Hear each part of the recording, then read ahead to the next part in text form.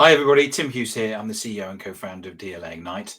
Today, we're going to talk about how to build resilience and how to build resilience. And I've got a great guest in Matthew Dixon, who's come on to discuss this. We're changing the format slightly because Matthew's going to talk through his top 5 books about building resilience, which I think is a great way of sharing the knowledge. And I know many people that watch this are big book readers and that anyway. So I think it's a great way of educating as well. Matthew, before we get into the books, where can people find you? Sure, yeah. My website's mindaid.ca, mindaid.ca, and it's got all my social media links there. That's the easiest way to find me. Mindaid, as in on your name, just before your name on your name tag. Yeah, on the screen here. Yeah. Brilliant. So before we get into the books, why don't you just give a little outline in terms of your journey, in terms of how you got here? Sure. So I'm in Canada. I got schizophrenia at the age of 22. Through university, before I got sick, I had some symptoms creeping up, but I didn't know that that's what was happening to me. I didn't know anything about mental illness. I bicycled across Canada in the middle of university. I wasn't feeling the best, but I could still do stuff like that. I was getting mostly A's in engineering, but when the disease hit, it hit hard, and it took 30 years to recover. Wow. I did. I'm feeling great these days. I'm still on my medication. You could say I'm not cured. You could say I'm finally managing my disease, but I feel pretty darn good. 5 years ago, I started a website called mindaid.ca, and it's the world's first website with all the groups helping people with mental illness in developing countries on one site. And it's starting to raise some eyebrows. So I'm very happy about that. So, yeah. So I've been. So tell us about mindaid.ca, because I've been on the website, and as you say, that mental illness and mental health awareness is something that we should all we all need to know about. But we sit in I sit in the UK, you sit in Canada. We live in fairly privileged worlds. There's lots of underprivileged people out there. How can we help those people? And that's what you're trying to do, isn't it? Yeah, so they've found Vikram Patel in the 90s. He's got a TED Talk. And he developed with others models of basic mental health care. These models are low cost, proven effective, and scalable. And the World Health Organization is trying to figure out the best way to roll them out to the masses. In the meantime, there are nonprofits that you probably haven't heard of that are doing this work, have been doing this work with these models of basic mental health care for years, helping thousands of people get their mental health back in developing countries, which is huge. And yeah, there's also another thing going on. Some people are actually kept in chains with a mental illness in developing countries. They estimate hundreds of thousands of people in 60 countries. And there's a platform called #BreakTheChains. The link's on my MindAid website. And you can go there and sign a pledge to help unchain people. They're tied to a tree, tied to a bed, with their foot through a log so they can't move, tied up in the shed with not treated mental illness, which is what I went through, but untreated mental illness and poverty and war, perhaps. It's unthinkable. So this #BreakTheChains platform, Robin Williams' son, Zach Williams, is helping promote that, as is Tim Shriver, the founder of the Special Olympics, and Allison Janney, the Hollywood actress from the West Wing TV show years ago. So there are some big names behind this, and my website's a simple curation site. I'm not doing any of the actual work on the ground, getting people basic mental health care. I'm basically promoting these groups and trying to build their capacity and getting more people knowing about them so that more people can donate to them. So let's dig into your books that you've got. So which is the first book that you're going to recommend? So one of the top ones I recommend is The Survivor Personality. I found that probably 10, 12 years ago, and I thought, wow, why didn't I have this at the beginning of my recovery back in the 90s? So it's written by Al Siebert. And by the way, these books, they're all listed on my website I've got a list there of my best mental health tips. You can find it on my website. So plus much more stuff. So the survivor personality, he studied people who had gone through things like the Holocaust, natural disasters, cancer, alcoholism, and studied them and tried to find out, how did you get through this? How did you thrive on the other side? And one of the main things he found was, for example, with cancer patients, they generally fall into three categories. The first group says, this is it. This is my time to die. My number's up, and that's it. And I just accept the fact that I will die. The second group says, Doc, I'm going to fight this, and I will do whatever you tell me to do to get better. The third group, labeled the survivors, say, Doc, I'm going to fight this, and I'm going to listen to what you have to say, but then I'm going to get a second opinion, and a third opinion, and a fourth opinion. They take the recovery into their own hands. And they are sometimes, not always, but sometimes labeled as difficult patients, because they say, you're not going to do that to me. I know what's best for my body. You're not going to do that to me. I'm the one in charge here. So it's the book is chock full of ways to get yourself better, and it's just phenomenal. Yeah, that's my top. And remind us what that is again. The Survivor Personality by Al Siebert, Siebert. Excellent. So what's book number 2? Another great one for resilience is Unbeatable Mind by Mark Divine, as in divine intervention. He's a Navy SEAL. He trains and creates Navy SEALs, and he had so many people come up asking him, Mark, like, I can't be a Navy SEAL, but can you give me some of your secrets? So he started writing books about it. He's got a training facility in California where you can go and get trained, and not be a Navy SEAL, but get trained in some of their mindset and physical health training. It's phenomenal. And he's got a number of books. His main one for mindset or resilience is Unbeatable Mind. And he says, I just read a few pages of his book, and I feel like I'm ready to take on the world. I don't know how he does it. He just gets into your head and builds you up. He says there are three kinds of people, for lack of a better word. There are sheep, there are the wolves who are trying to eat the sheep, and there are the sheep dogs who try to protect the sheep from the wolves. And he says, you want to be a sheep dog. That's your ultimate goal. You want to be protecting people from harm. And it's again, like the Survivor Personality, he's got tons of stuff in there, and it's just, yeah, it's I can't say enough about it. It's phenomenal. I have a Navy SEAL quote on my wall, which is that under pressure, we don't rise to the occasion. You sink to the level of your training. That's why we train so hard. Okay. And I, under pressure, we go back to some of the things rather than and I think it's a great quote in terms of understanding resilience and making sure that you're the best person that you can, because that's the under pressure. That's who you'll go back to. Yeah, it's another thing they say is that you are capable of 20 times more than you think you are. And they say that's a semi-random number, but they're taken to the brink of physical and mental exhaustion in their training. They say, I can't move another inch. I can't move another muscle. I am done. I quit. I can't do this. And their trainer comes up and says, you think you're done? Not only do you have 5% more, 10% more, 100% more, you've got 20 times more than you think you do. And they get them to get up and keep moving and keep going on with their training. And I feel I was tested that way. I mean, I'm no Navy SEAL, but I feel I was tested for years with schizophrenia, because you just don't want to do anything. And you're thinking, I don't know how I can do this. I don't know how I can do this. I don't want to do this. And you simply just keep going. And you get up and you're shown to yourself that you can just keep going. Just to digress for a second, Kevin Hines, he's a suicide prevention advocate in the States. He jumped off the Golden Gate Bridge and survived. 2% of people survived that fall.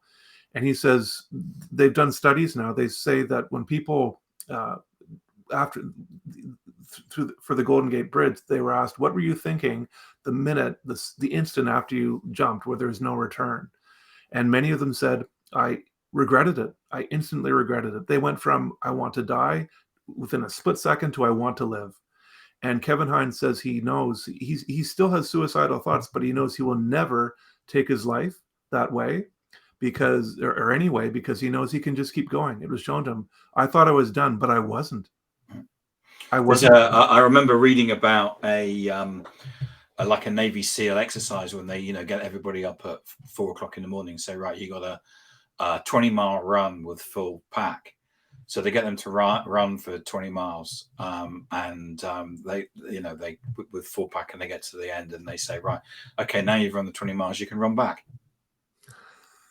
Because the point was the fact that the people ran for the 20 miles because they thought they were only running for 20 miles. In fact, they got them up to do a 40-mile run. Yeah. There's I found an interesting documentary by Mark Devine's team, and it was some power line workers in the States that signed up to do some of their training, and someone made like an hour or so documentary about the power line workers going through the training, and it's really neat to see what they have them do. Like you said, they at the end of the day, they thought they were done. They put them through. They were lying on their backs, just doing relaxing exercises, kind of sort of yoga or meditation, where your body just almost turns to jello. And they thought they were done, and nope, they weren't. They had to keep going after that. And yeah. So what's your third book? So another one that helped me in a unique way, unique for me anyway, was it's called "What Doesn't Kill Us" by Stephen Joseph, and it's about post-traumatic growth. And he says you don't have to. Trauma doesn't have to be from violence. It can be what he calls a seismic event in your life, where your world views are shattered. People get up in the morning and they sort of know what to expect. Things are just the way they are. But when really horrible things happen to you, your view of the world can be just shattered. And they say people fall into three categories. They say some people, it's like a vase, and your vase represents your worldviews. Your vase is shattered on the floor, and 20 years later, you're having problems. You say your life is awful. I can't do this. I can't do that. Your family's left you. You have no job. It's for examples. It's you just get this downward spiral negative rumination about what you went through. And the second group, they rebuild their worldview. It's like rebuilding the vase, but gluing it back together, back into its original shape, but there's no growth. The third group, they take their trauma and they learn from it, and they incorporate it into a new vase. They glue it back together, but it's brand new. That's where they get the growth. And the way to do that is through what they call reflective rumination. It's a kind of processing. It's not a downward spiral negative processing. It's a positive constructive processing, like trying to figure out what happened. And I got schizophrenia. I've had no trauma in my life, but for me, what I was doing, and I didn't find this book till like 10 or 12 years ago. They told me when I got sick with schizophrenia to don't ruminate. You have to get up and keep busy, keep doing things. So I did for years. And after about 8 years or so, I said, I can't do this. I want to sit here and just think. Like, I need to do this because it makes me feel slightly better. And I was desperate for any kind of relief from the pain of schizophrenia. So I sat there and just thought. I defied doctor's orders. And I found this book later, and it's because what I was doing was I would sit there and I'd think, and every so often I'd have this little brainwave, like a little aha moment, and how I'd feel from that is I'd have more clarity of thought, and an accompanying sort of lighter, less heavy-hearted, more lighthearted, just emotionally, and they just built on each other for over years. And I mean, today I can think things and I feel much happier, and I don't know whether it's because of this rumination that I was doing. I don't know. It could be a chicken and egg thing. And you could say, well, Matthew, you kept taking your medication. You kept trying to live a healthy lifestyle. Maybe it was just your body recovering anyway. All I know is I had an overwhelming desire to just sit there and think and try to figure things out. That's all I know. And I couldn't not do that. So that's the main theme of the book, is this reflective rumination and trying to So process stuff. that's what doesn't kill us by. What Doesn't Kill Us. It's called What Doesn't Kill Us: The New Psychology of Post-Traumatic Growth by Stephen Joseph. And again, the link's on my list of best mental health tips on my website. Fantastic. So your fourth book. Yeah, so Verbal Judo, The Gentle Art of Persuasion by George Thompson.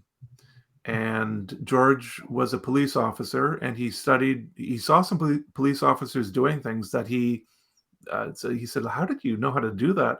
They said, oh, you just learn after a while. So he studied them, and he found out what they did and made it into this whole process called verbal judo. And he says verbal abuse is rampant. So many people use bad tones of voice, harsh words with so many people, and there's ways around it. So verbal judo, he said, sometimes you have to use force, and this verbal judo won't help you in those situations. But the vast majority of disputes can be simply talked through. It's usually someone who's upset. They have no one to listen to them. They've never heard words of encouragement or praise. They're just at their wits' end, and they simply need to vent and get things out. So what you do is you stay calm. When people are upset and angry, as a police officer coming at you with a gun or a knife, stay calm. If you stay calm, it'll help de-escalate the other person. The second thing is find out where they are. You have to be able to read body language and have emotional intelligence to do that, but find out where they are. Do they need a hug? Are they even listening to you? Where are they in their mindset? Once you find out where they are, talk from their frame of reference, not yours. So often I'd walk into a room and say something, not being aware of where everybody was in the room, where each person was. So that's the main part of verbal judo, and simply de-escalating situations. They say you don't have to necessarily even like a person, but you have to respect them as a human being, being kind to them, empathize with them. And that book, there's tons of books on people skills. That book by far has changed the most of what I do in real life. Right. Okay. Another one that sort of accompanies that with the people skills thing, because psychologists say when people come in to talk to them about their problems, they often talk about the people in their life who are giving them a hard time. So the other one with people skills it's called Talk to Strangers by David Topus. And so many of us just get nervous around other people, especially strangers, people we don't know, or even people we don't know that well. They could be just people in the office or people in your neighborhood. You just get maybe nervous around them. When you find out how to talk to them and just be more relaxed around them, it's wonderful. And Talk to Strangers, David Topus, he has a gift of just talking to strangers, meeting new friends. The book sort of goes off onto another topic too, of how you can talk to people and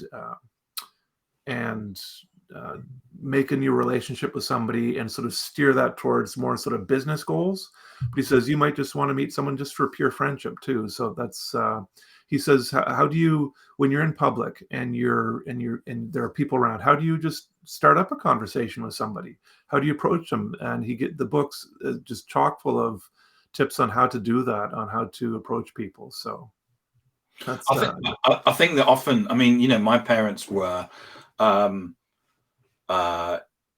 me never to talk to strangers, and don't get into strangers' cars and that sort of stuff. And I think from an early age we're told to do that, and then of course we're thrown into the world of business or something like that, and it's like, right, go and talk to that room of strangers. Really? Sorry, what? Yeah. And so there's you have this for example, my parents, I hate being late because of the fact that my parents always said don't be late.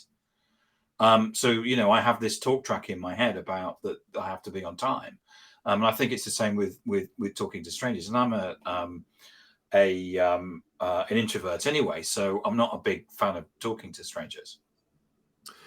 Yeah, he says. I mean, the book doesn't go into, and I'm curious to know how he deals with this. Like, how does he know who to talk to and who not to in terms of safety? Like, is this person a safe person or not? But but for people who you feel are safe, or you feel you might want to go up and talk to, um, he says that people are craving connection. We all leave the house hoping to meet people. I mean, some of us maybe not. Some of us are more hermits. We all have varying degrees of how much we want to deal with people, but a lot of us leave the house saying, I wonder who I'll meet today. And we're all like that, but yet we don't talk to each other as much as we could. We just sort of walk down the street and not say anything to each other. And I've simply started saying hi to strangers in the street, just hi. It's that's a wonderful thing just to break through, and it's at least something you can do. Yes, yeah, absolutely. Yeah. So the 5 books that you you went through, The Survivor Personality, Unbeatable Mind, What Doesn't Kill Us, Verbal Judo, and Talk to Strangers. Yeah. And I'm going to put them all in the show notes. So okay. If there was like one that you had to recommend, would it be the first one you said, The Survivor Personality, or if you had to go to a desert island and take one of those books, which one would it be? They're the two that I'd probably recommend the most are The Survivor Personality, just because I've come from like a health aspect, like just really bad health, and that's just wonderful for your mindset of just surviving health problems. But I mean, plus everything, it's wonderful. The other one is probably Verbal Judo, just because it's helped me deal with people so much better. I'm just so much more relaxed around people. Those two, yeah, it's hard to pick, but those two, I do throw those into conversations a lot, the most often. So, right, Matthew, thank you so much for coming on and talking through those books. I think they're obviously excellent books, and thank you for coming on and talking about your journey. And the work that you're doing at mindaid.ca. You know, just the fact that you recognize it and you're doing something, I think is important. So in terms of where, if people wanted to find you, it's on the mindaid.ca website, is it? Yes, it is. Yes. Thanks so much for having me on. I really appreciate this. You're welcome. And as I said, I think it's. I've never done an interview where we've walked through books. I'm a big book fan, and it's been really interesting having that as a conversation. I actually did a podcast where I was being interviewed about books just the other week, and it was just really interesting about, you know, when you read a book and you're passionate about it and then talking about it. And I think it's lovely. It's clearly the books that you've recommended, you're very passionate about, and it's just it's just lovely hearing about the way you describe them. I must admit, I'm sort of like, I'm going to get off this and I'm going to go to Amazon and order them all, because it just the way that you describe it is you, as I say, the passion just shows through. So thank you so much, Matthew, for coming on and talk about it. You're very welcome. I've read hundreds of books to get myself better, and those have really stood out from hundreds. So yes, yeah, I'm sure. But it's great having those top 5. Thank you so much for coming on. So thank you so much for coming on and talking. You're welcome.